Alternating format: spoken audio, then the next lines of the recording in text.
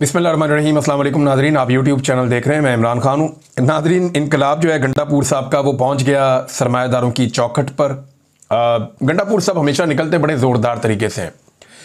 गंडापुर की एंट्री बड़ी कमाल होती है, चाहे वो एंट्री अक्टूबर में हो, चाहे वो नवंबर में हो, चाहे वो उससे पहले हो, वो हमेशा एंट्री बड़ी कमाल डालते हैं। कैमरा शैमरा उनका बड़ा ज़बरदस्त चलता है, स्लोमो भी बनते हैं, बड़े कद का आदमी है और उनके साथ पश्तून भी बड़े ज़बरदस्त होते हैं, तो वो एक बड़ी ज़बरदस्त एंट्री होती है। लेकिन ये फिनिशिंग नहीं कर पाते, ये हमेशा डी में दाखिल हुए बगैर निकल जाते हैं। इमरान खान ने 2 मरतबा इनको डी चौक पहुंचने का कहा, ये नहीं निकले, वहाँ पहुंचे ही नहीं। रास्ते में बड़े ज़बरदस्त विजुअल्स बने इनके, बड़ी ज़बरदस्त लड़ाई लड़ी लोगों ने, वो पश्तूनों ने लड़ी। आपको पता है बड़ी ज़बरदस्त किस्म की फ़ाइट की थी उन्होंने और बड़ी मुश्किलों से रास्ते बनाकर वो पहुँचे थे। लेकिन एंड में गंडापुर साहब निकल लिए, नवंबर में भी और अक्टूबर में भी। गंडापुर साहब को 2 मरतबा पाकिस्तान के सिस्टम ने अपने पास बैठाया यरगमाल करके और बड़ी लंबी चौड़ी उनके साथ बातचीत की। लेकिन एक मरतबा भी गंडापुर साहब उनका नाम नहीं ले पाए, उनके बारे में बता नहीं पाए। ऐसा लगता है कि वो कंप्रोमाइज़ करने पर तुले हुए हैं कि कुछ भी हो जाए उन्होंने इस निज़ाम के साथ कंप्रोमाइज़ करना है। अब कल हमें बड़ा पॉजिटिव लग रहा था कि गंडापुर साहब निकले हैं, तो वो एक तहरीक जो पाकिस्तानी जिसका इंतज़ार कर रहे हैं, महंगाई है, गुर्बत है, बेरोज़गारी है, सरमायादारी कम हो गई है, आम आदमी की कमर टूट गई है, तो अपोजिशन का रोल प्ले करेंगे। और एक तहरीक जो पाकिस्तान तहरीक इंसाफ के चेयरमैन इमरान खान साहब जो बानी चेयरमैन है, उन्होंने कहा भी हुआ है, तो ऐसा लगा कि शायद वो करने जा रहे हैं। और लाहौर से ही तहरीकें चलती है, लेकिन लाहौर में गंडापुर साहब की जो ब्रेकें हैं वो जाकर लगती हैं सीधी एक सरमायादार की चौखट पे। वो पहुंच गए मिर्ज़ा अफरीदी साहब के घर पे, उनके डेरे पर, और जाकर उन्होंने मिर्ज़ा अफरीदी का शुक्रिया अदा किया। उन्होंने मिर्ज़ा अफरीदी के बारे में क्या कहा, ज़रा ये थोड़ा सा आप सुन भी लें, ज़रा आपको आइडिया हो जाएगा कि गंडापुर साहब ने क्या कहा। सबसे पहले तो मैं शुक्रगुजार हूँ अपने भाई मिर्ज़ा अफरीदी साहब का कि उन्होंने आज यहाँ पे इस इवेंट को होस्ट किया और आज हम सब इकट्ठे हुए और वो जो लाएअमल हमने। ठीक है जी, ये उन्होंने शुक्रिया अदा किया मिर्ज़ा अफरीदी का। ये मिर्ज़ा अफरीदी कौन है? ये एक सरमायादार हैं जो सेनेट के अंदर रह चुके हैं डिप्टी चेयरमैन के तौर पे, एस्टेब्लिशमेंट के बड़े चहीते हैं और इन्होंने पिछला इलेक्शन अपने सरमाए के बलबूते पर लड़ा था और जीता था। फिर ये हुकूमत के अंदर शामिल हो गए थे। आपको याद होगा पाकिस्तान तहरीक इंसाफ के उस वक्त के चेयरमैन इमरान खान साहब ने बड़ा ज़बरदस्त नोटिस लिया था कि ये कैसे हो गया, और पीटीआई के एमपीएस ने इधर उधर वोट कैसे डाल दिए। बड़ी इंक्वायरियां भी हुई थी, लोगों ने कुरान पाक पे हलफ भी बाद में लिए थे। तो ये मिर्ज़ा अफरीदी साहब जो हैं, ये उस वक्त बेनिफिशरीज में से एक थे और ये अपने सरमाए के बलबूते पर बन गए उस वक्त सेनेटर। हालांकि इनके पास कहाँ से आने थे सेनेटर, या इनको कहाँ से मिलनी थी सपोर्ट, बहरहाल ये बन गए। फिर इनको जनाब रास्ता दिखा दिया गया पीटीआई का और ये पीटीआई में शामिल हो गए और डिप्टी चेयरमैन सेनेट बन गए। अब चेयरमैन सेनेट भी एस्टेब्लिशमेंट का था और डिप्टी चेयरमैन सेनेट भी एस्टेब्लिशमेंट का था। जैसे ही इमरान खान साहब पे मुश्किल वक्त आया तो मिर्ज़ा साहब जो है वो कट लिए, इन्होंने अपना रास्ता अलग कर लिया। इन्होंने एक बयान भी जारी कर दिया था, मुज़म्मती बयान 9 मई के हवाले से, और जो कुछ इन्हें कहा गया इन्होंने वो बयान भी पढ़ के सुना दिया। इमरान खान साहब को इन्होंने छोड़ दिया और ये सारा रिकॉर्ड के ऊपर मौजूद है। इस शख्स ने इंतहाई पुरसकून जिंदगी गुजारी, किसी किस्म की तहरीक में, जलसे में, जुलूस में, किसी चीज़ में शामिल नहीं हुआ। लेकिन जैसे ही सेनेट में इसकी मुद्दत ख़त्म होने लगी तो इस बात की इन्हें फिक्र पड़ी कि मैंने तो दोबारा सेनेट में आना है, तो मैं कैसे आऊँगा, क्या मुझे नून लीग लेगी, फजल रहमान लेगा, सबके पास अपने अपने बंदे हैं, वो उनको लेकर आएंगे।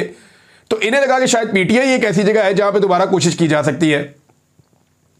एस्टेब्लिशमेंट के साथ इनके अच्छे ताल्लुकात हैं, इन्हें किसी ने कुछ कहा भी नहीं। तो मिर्ज़ा अफरीदी साहब ने, जो पाकिस्तान तहरीक इंसाफ के अंदर मशहूर है और बहुत सारे पाकिस्तान तहरीक इंसाफ के अहम लोग मुझे ये बात बता चुके हैं, उन्होंने दावा किया कि मिर्ज़ा अफरीदी ने, कुछ लोगों ने 12 करोड़ और कुछ लोगों ने 40 करोड़ का दावा किया कि मिर्ज़ा अफरीदी ने यह पैसा दिया पाकिस्तान तहरीक इंसाफ को कि इमरान खान साहब के मुकदमे लड़ने हैं तो मैं पैसा आपको देता हूं। फैमिली उनकी कहती है कि वो पैसा फैमिली ने दिया, गंडापुर कहते हैं जी वो पैसा मैंने दिया, वकील कहते हैं जी हमने पैसा लिया ही नहीं। बहरहाल ये 40 करोड़ की कहानी है, लेकिन शिबली फराज साहब का बीच में करैक्टर है कि उनको ये पैसा दिया गया था। तो 4 बड़े सपोर्टर हैं मिर्ज़ा अफरीदी के पाकिस्तान तहरीक इंसाफ के अंदर जो खुलकर आए। 1 शिबली फराज, 2 अली अमीन, 3 बैरिस्टर गौर और 4 शाह फरमान। इन चारों ने टकाकर जो है वो मिर्ज़ा अफरीदी को सपोर्ट किया और मिर्ज़ा अफरीदी ने अपना सरमाया दिखाया और उससे काम चलाया। अब ये मिर्ज़ा अफरीदी, इसके खिलाफ पाकिस्तान तहरीक इंसाफ में बड़ा रिएक्शन भी है। सोशल मीडिया पर रोला पड़ा हुआ है, हर तरफ नौजवान कह रहे हैं कि भाई इतने सारे लोग हैं जिन्होंने कुर्बानियां दी हैं, उनमें से किसी को आप याद रखें। मिर्जा अफरीदी जिसका पार्टी से ताल्लुक कोई नहीं है, मुश्किल वक्त में जो सबसे पहले भाग गया था, ये पहले भी पार्टी का नहीं था, ये अब भी पार्टी का नहीं है। सिर्फ अपने पैसे के बलबूते पे एक आदमी कैसे इतनी इंपॉर्टेंट सीट के ऊपर आकर बैठ सकता है जहां फैसले होने हैं कौम के, जहां इंप्लीमेंट होनी है वो पॉलिसी जो इमरान खान ने देनी है। तो जो शख्स पहले इमरान खान का साथ नहीं दे सका वो उसकी पॉलिसीज को इंप्लीमेंट कैसे करेगा? सवाल तो ये था। और माजी में ये खबरें चलती रही कि इमरान खान साहब ने शायद इसके नाम के ऊपर तहफ्फुज़ात उनके थे भी, लेकिन फिर इमरान खान साहब को ये इंफॉर्मेशन पहुंचाई गई, ये भी दावा किया गया, ये नहीं पता कि उनको ये इंफॉर्मेशन पहुंची है या नहीं पहुंची, लेकिन बाहर लोगों ने आकर ये दावा किया कि हमने इमरान खान को बताया कि इस बंदे ने बहुत सारे फंड दे दिए, बड़ा ठीक ठाक इसने चंदा दिया, लिहाजा इसको टिकट देना पड़ेगा, तो हमने इमरान खान से अप्रूवल ले ली है। तो हमें ऐसे बंदों की भी जरूरत होती है, हमने इनको भी रखना होता है साथ। ये कहकर मिर्जा अफरीदी की जगह बनाई गई। अब मामला यह है कि अगर इमरान खान साहब ने भी, फर्ज करें कि ये पार्टी के लोग ठीक कह रहे हैं कि हमने इमरान खान के कहने पे ये फैसला किया है, तो सादी बात यह है कि इमरान खान साहब ने अगर इनकलाब लेकर आना है, जेल में बैठकर भी सरमायाकारों को ही जो चंदे देते हैं उन्हीं को अगर टिकट देने हैं, तो फिर तो इनकलाब का सवाल ही पैदा नहीं होता। बहुत सारे पाकिस्तान तहरीक इंसाफ के शोहदा हैं, जख्मी हैं, उनमें से किसी को पहुंचाओ सेनेट में, ताकि निजाम को झटका लगे और पाकिस्तान के आम आदमी को पता चले कि उसका खून जाया नहीं हो रहा, उसे ये लगे कि उनकी कुर्बानियां रंग ला रही हैं। आम आदमी को भी तो हौसला होना चाहिए ना कि उसकी भी जगह है सेनेट में। अब मुराद सईद को सेनेट में पहुंचाना सबसे मुश्किल काम है इस वक्त, मैं आपको सीरियसली कह रहा हूं, क्योंकि मुराद सईद के ऊपर दर्जनों एलिगेशन लगाए जाएंगे, एस्टेब्लिशमेंट कोशिश करेगी, इलेक्शन कमीशन कोशिश करेगा, सब मिलकर दाव लगाएंगे कि किसी तरह मुराद सईद का रास्ता रोका जाए सेनेट में जाने के लिए। मुराद सईद को वोट डालने के लिए जो एमपीएस दिए जाएंगे उन्हें भी खरीदने की और काबू करने की पूरी कोशिश की जाएगी। और मुराद सईद की मामले में मैं देख रहा हूं पार्टी इतनी मुतहरिक नहीं है, ये नहीं, उस मामले में ये लोग इतने संजीदा नहीं है जो पाकिस्तान तहरीक इंसाफ को इस वक्त कंट्रोल कर रहे हैं जो लोग लीडरशिप, लेकिन मिर्जा अफरीदी के मामले में बड़े संजीदा हैं। यहां जोर लगेगा और कोशिश की जाएगी। अब अंदाजा करें, आपके इनकलाब लेकर आना है किसके खिलाफ? एस्टेब्लिशमेंट के खिलाफ। जो तहरीक चलानी है वो किसके खिलाफ चलानी है? एस्टेब्लिशमेंट के खिलाफ। वरना ये पीएमएल पीपल्स पार्टी है तो बेचते ही कुछ नहीं है, इनके तो पल्ले ही कख नहीं है। अवाम भी जानती है कि जो कुछ किया पाकिस्तान की मिलिट्री एस्टेब्लिशमेंट ने किया, और अगर कोई चीज तब्दील होनी है तो मिलिट्री एस्टेब्लिशमेंट में होनी है। अगर कहीं पे सोच को बदला जाना है या किसी को पीछे हटाना है तो मिलिट्री एस्टेब्लिशमेंट को और उनके फैसलों को पीछे हटाना है। ये सियासतदान तो ना 3 में ना 13 में, इनकी तो अपनी औकात कोई नहीं है, तो अपनी सीटें नहीं जीत सकते।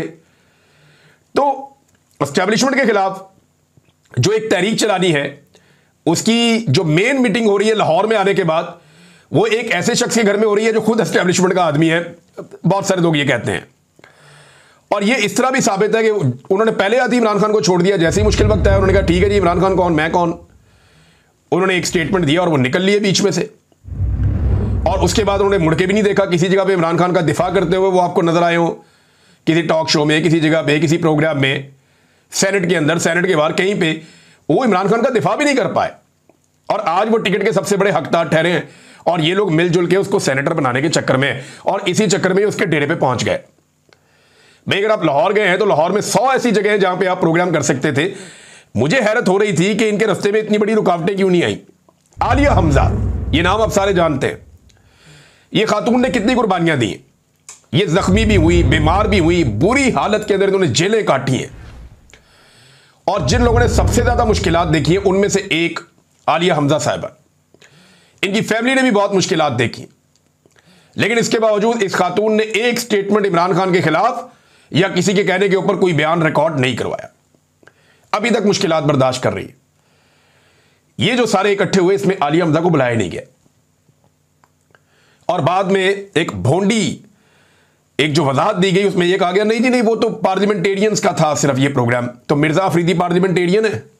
मुझे ये बताएं ना कि क्या वो पार्लियामेंटेरियन है जिसके बाद ये प्रोग्राम हुआ, वो उसके अंदर शामिल था?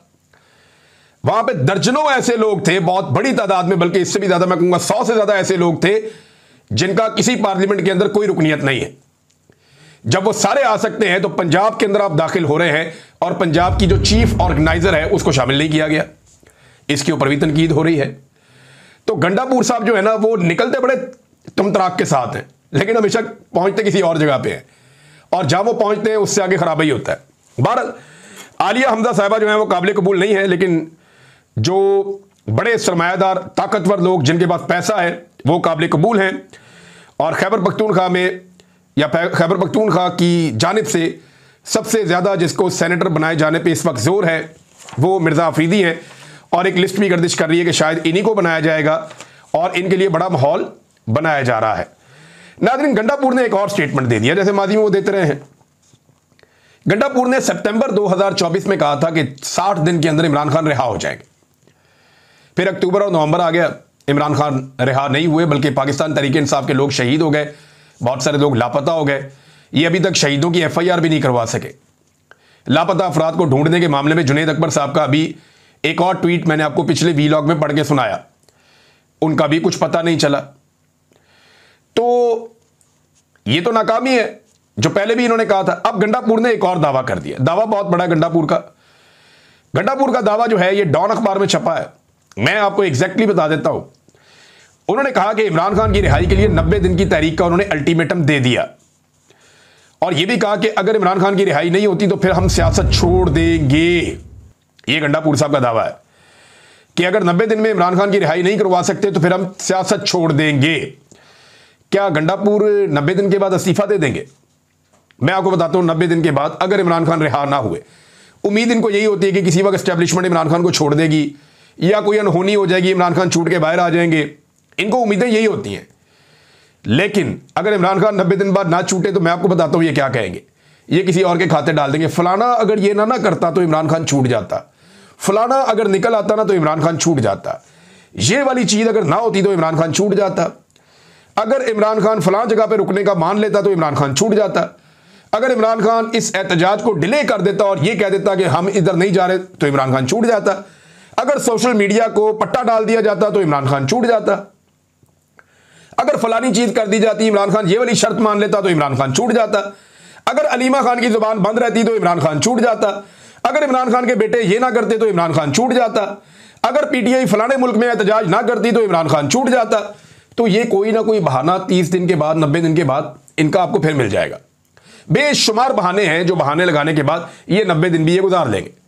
जैसे ये हुकूमत गिन गिन के दिन गुजार रही है ना, वैसे ही खैबर पख्तूनख्वा की हुकूमत भी गिन गिन के दिन गुजार रही है, और वो इस वक्त इक्तदार के पूरे लोशे और मजे ले रहे हैं। जबकि इमरान खान जो है वो 700 दिनों से ज्यादा हो गए हैं, वो जेल के अंदर बंद है, और उसके सर पे एक ही धुन सवार है कि मैं इनसे नहीं हारूंगा। उसके दिमाग में ये बात बैठ गई है कि मैंने ये लड़ाई नहीं हारनी, मैंने ये लड़ाई जीतनी है। अब 2 साल मुकम्मल होने वाले हैं 5 अगस्त को। इतनी मुश्किल जेल पाकिस्तान की तारीख में किसी सियासी लीडर ने नहीं काटी जितनी मुश्किल जेल में इमरान खान को डाल दिया है। अब वो आदमी हार नहीं मान रहा, और उसकी पार्टी के लोग भी जो अब नजर आ रहा है वो भी हार नहीं मान रहे, वो भी कह रहे हैं जी हमने अपनी पूरी सियासत करनी है, इसके अलावा कुछ नहीं है। भारत सोशल मीडिया के ऊपर इनकी अच्छी टुकाई हो रही है, और जो आम पाकिस्तानी है वो इनको पहचान रहा है। बहरहाल जिस दिन इमरान खान साहब छूटेंगे, मैं आपको एक और बात बताया दूं, आज आप इसको रिकॉर्ड करके रख लें। अगर इमरान खान साहब की रिहाई होगी ना, जैसे भी हुई, तो सबसे पहले यही लोग शादियाने बजाएंगे, फूल फेंक रहे होंगे, हार पहन रहे होंगे, नारे लगा रहे होंगे, और यही शक्लें आपको नजर आएंगी जो सारा क्रेडिट भी लेंगे कि हमने इमरान खान को छुड़ा दिया। हालांकि इमरान खान के अंदर रहने के बेनिफिशियरी भी मुझे यही लोग दिखाई देते हैं। कैसे हो सकता है कि एक वजीर आला लाहौर पहुंच गया, मिर्जा अफरीदी के घर में जाके उसने प्रोग्राम कर लिया, आलिया हमजा को बुलाए बगैर प्रोग्राम कर लिया जो पंजाब की चीफ ऑर्गेनाइजर है, और वो वजीर आला इमरान खान साहब से अडयाला जेल में जाकर नहीं मिल सकता? कैसे हो सकता है? कोई सेंस है कि एक वजीर आला को उसके लीडर से मिलने से रोक दिया जाए कि आप जेल में जाकर इमरान खान से मुलाकात नहीं? कुछ समझ आती है आपको ये बात? अगर वो वजीर आला इस बात पे तुल जाए कि मेरी इमरान खान से मुलाकात करवाओ, तो करवानी पड़ जाती है। लेकिन इमरान खान साहब से मुलाकात नहीं हो रही, ये कुछ समझ में आने वाली बात नहीं है। बहरहाल एक मरतबा फिर यह दावा किया उन्होंने कि 90 दिन में इमरान खान साहब बाहर होंगे। यहां पे JUI ने मुतालबा कर दिया है कि अली अमीन गंडापुर की तब्दीली की जाए। JUI वही करते हैं जो उन्हें नॉर्मली एस्टेब्लिशमेंट की तरफ से इशारा मिलता है, वो गंडापुर की तब्दीली की बात कर रहे हैं। यानी गंडापुर साहब जो है वो एक माहौल तो वो बनाते हैं गंडापुर साहब की मेरी बहुत मुखालफत है, फजलुर रहमान मेरे खिलाफ है, एस्टेब्लिशमेंट मेरे खिलाफ है, ये मेरी हुकूमत गिराना चाहते हैं, मैं ये हुकूमत गिरने नहीं दूंगा। हालांकि इस हुकूमत का इमरान खान को फायदा कोई नहीं हुआ, टके का फायदा नहीं हुआ, खैबर पख्तूनख्वा के लोगों को फायदा हुआ। यानी क्या ये हुकूमत उस तरह डिलीवर कर पा रही है जैसे करना चाहिए था? पैसे ही नहीं देते इनको वफाक वाले। ब्यूरोक्रेसी इनके कंट्रोल में नहीं है। एक पुलिस वाले का ट्रांसफर ये कर नहीं सकते, डीसी अपनी मर्जी के ये लगा नहीं सकते, डीपीओ तो अपनी मर्जी के ये लगा नहीं सकते। अब ये जो रिपोर्ट आई है सानिया सवात की, उसमें पता चला कि रेस्क्यू 1122 का ऑफिसर तो खुद ही छुट्टी पे गया हुआ था बगैर बताए। पुलिस जो है वो अपना काम नहीं कर सकी, महकमा आपाशी अपना काम नहीं, कोई एक महकमा भी उस दिन अपना काम नहीं कर रहा था। ये गवर्नेंस है। महकमों के जरिए से ही आप अपनी गवर्नेंस साबित करते हैं ना। पंजाब की गवर्नेंस का तो चलो सवा सत्यानाश हो गया, बेड़ा गर्क हो गया, वो सिर्फ आपको इश्तिहारों में गवर्नेंस नजर आती है। लेकिन खैबर पख्तूनख्वा तो अच्छा खासा चलता हुआ सूबा था। ये सानिया सवात ने पूरा का पूरा पोल खोल दिया कि कोई एक इदारा भी उस दिन ठीक तरीके से काम नहीं कर रहा था और वहां 11-12 लोगों की शहादत होगी। ये बड़ा अनफॉर्चुनेट है, बड़ी बदकिस्मती है। इमरान खान साहब के कुछ आप चीजों को और उनके विजन को आप निकाल दें तो केपीके में क्या है, क्या है? यानी इमरान खान को आजाद करवाने का तो मैंडेट दिया था लोगों ने ये तो मैंडेट दिया ही नहीं था कि आपने हमें ये लेके देना, ये लेके देना, वो कह रहे थे हमारा लीडर छुड़वाओ। वन लाइनर था लोगों का जी, इमरान खान को रिहा करवाना है। तकरीबन 1.5 साल होने वाला इस हुकूमत को इमरान खान को रिहा करवाने में, अभी तक ये मुकम्मल तौर पे नाकाम है। 90 दिन मजीद अली अमीन गंडापुर ने मांग लिया, देख लेते हैं वो क्या कहते हैं। बहरहाल जेयूआई ने बाकायदा तौर पर वज़ीर आला खैबर पख्तूनख्वा अली अमीन गंडापुर की तब्दीली का मुतालबा कर दिया और जनाब कामरान मुर्तज़ा साहब ने कहा कि हम हुकूमत को गिराना नहीं चाहते, लेकिन गंडापुर पे हमारे तहफ़्फ़ुज़ात हैं, वो नामुनासिब ज़बान इस्तेमाल करते हैं, उनका रवैया भी नामुनासिब होता है। तो यहूदी एजेंट तो इमरान खान को आप लोग कहते थे, ये कोई अच्छी ज़बान है? यानी आप लोगों ने इमरान खान पे जिस तरह के इल्ज़ामात लगाए उसी तरह के इमरान खान साहब की तरफ से आप पे वापस भी आए। तो ये तो ताली दोनों हाथों से बजती है। तो ज़बान की बुनियाद के ऊपर आप एक वज़ीर आला को तब्दील कर देंगे। आप गवर्नेंस की बात करें, बाकी चीज़ों की बात करें, लेकिन जेयूआई आपको आइडिया है कि वो वहीं से खेलती है और अली अमीन गंडापुर साहब को भी इस वक्त ये बात सूट करेगी कि उनके खिलाफ एक महाज बने ताकि उनकी पॉपुलैरिटी में इजाफा हो। एहसन इकबाल साहब ने कहा कि पीटीआई पाकिस्तान की तरक्की की उड़ान को पत्थर मारकर क्रैश करना चाहती है। एक तो तरक्की की उड़ान होती क्या है ये पहले बताएं ना। उन्होंने कहा पाकिस्तान के इस्तेहकाम पर समझौता नहीं करेंगे, तो इस्तेहकाम है कहां पे? आपने जबरदस्ती डंडे के जोर के ऊपर आवाम को काबू किया हुआ। अभी वो एक वीडियो एक आदमी की वायरल हुई, वो बारिश में तो गुजर रहा था, बेचारा तंग आया हुआ था मोटरसाइकिल के ऊपर। अब जो लोग सारी जिंदगी बड़ी बड़ी गाड़ियों में जिन्होंने ट्रेवल किया हो, जिन्होंने कभी ईंटों के ऊपर पैदल ना चला हो, जिनके कपड़े कभी कीचड़ से गंदे ना हुए हो, जो कभी बारिश में मोटरसाइकिल के ऊपर अपने घर जाते हुए जलील ना हुए, उन लोगों को इस गुस्से का अंदाजा ही नहीं है। आम आदमी इससे 10 गुना आपको गालियां निकालता है। वजह यह है कि वो वीडियो में नहीं आती, उस वीडियो बनाकर कोई सोशल मीडिया पे नहीं डालता। गली मोहल्लों में, चौकों चौराहों में आप लोगों को कैमरे देकर भेजें खामोशी के साथ, सादा कपड़ों में, और उनसे कहें कि लोगों को फिल्मा कर ले आओ कि हमारे बारे में लोग क्या कहते हैं। आप सुन नहीं पाएंगे जो पाकिस्तानियों के अंदर इस वक्त गुस्सा है कि जिन लोगों को पाकिस्तानियों ने मुस्तरद किया उन्हें लाकर पाकिस्तान की मिलिट्री एस्टेब्लिशमेंट ने मुसल्लत कर दिया। अब वो जो चचा गुजर रहा था वो यही सारा कुछ कहकर चला गया। हाँ, उसके अल्फाज अच्छे नहीं थे, अब उसके अल्फाज अच्छे नहीं थे, वो जैसा था वैसे ही बोल के चला गया। कोई बहुत पढ़ा लिखा आदमी होता और तरह का होता तो वो उसका रद्द-ए-अमल जरा पढ़ा लिखा होता, या अल्फाज का चुनाव जरा बेहतर होता। अब जैसा वो था वो वैसे ही तर्जुमानी करके चला गया अपने जज्बात की। लेकिन जिन हालात से वो गुजर रहा था उन हालात को आपने नहीं देखा। पुलिस ने जनाब उसको उठा के सॉफ्टवेयर अपडेट कर दिया। वो बेचारा भी सर पे टोपी पहन के बयान दे रहा है, जी मरियम नवाज जिंदाबाद, इत्तेफाक पहुंच। ये जबरदस्ती नारे लगवाने के नहीं है, ये नारे दिल से अगर कोई लगाए तो लगाए। जब आप जबरदस्ती किसी के साथ करते हैं, उससे नारा लगवाते हैं, उसका पूरा खानदान आपको फिर कभी वोट नहीं डालेगा, वो आपसे नफरत करेंगे लोग। हद हो गई। वैसे मुझे अजीब लगा ये जो इन्होंने किया है। बहरहाल तरक्की की उड़ान ये कह रहे हैं, तो तरक्की की कौन सी उड़ान है जनाब? पाकिस्तान की मईशत का आपने बेड़ा गर्क कर दिया, किसान का आपने बेड़ा गर्क कर दिया, महंगाई आपने इतनी बढ़ा दी है कि हर चीज़ की कीमत 2 गुना 3 गुना ज़्यादा इमरान खान के दौर से। पेट्रोल की कीमत ले लें, डॉलर की कीमत ले लें, पाउंड की कीमत ले लें, आप पाकिस्तान के अंदर सरमायाकारी लगा लें, गुर्बत की शरह लगभग पाकिस्तानी आधे जो हैं वो गुर्बत की लकीर से नीचे चले गए हैं। बेरोजगारी की शरह जो है वो कितनी ज़्यादा बढ़ गई है, इसके ऊपर आलमी डाटा मौजूद है। और आपने पाकिस्तानियों को कैसे निचोड़ा है बिजली के बिलों में, गैस के बिलों में।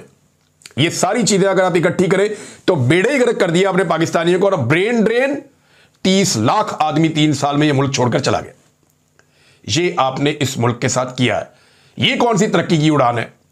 ये सिर्फ आप चंद लोगों की और एक मखसूस टोले की तरक्की की उड़ान है, जो जिस दिन आवाम के हाथ ये लग गए उस दिन आपकी ये उड़ान फारग हो जाएगी, अवाम आपके पर उतर देगी। अब तक के लिए इतने, अपना ख्याल रखिएगा, अपने चैनल का भी। अल्लाह हाफ़िज़।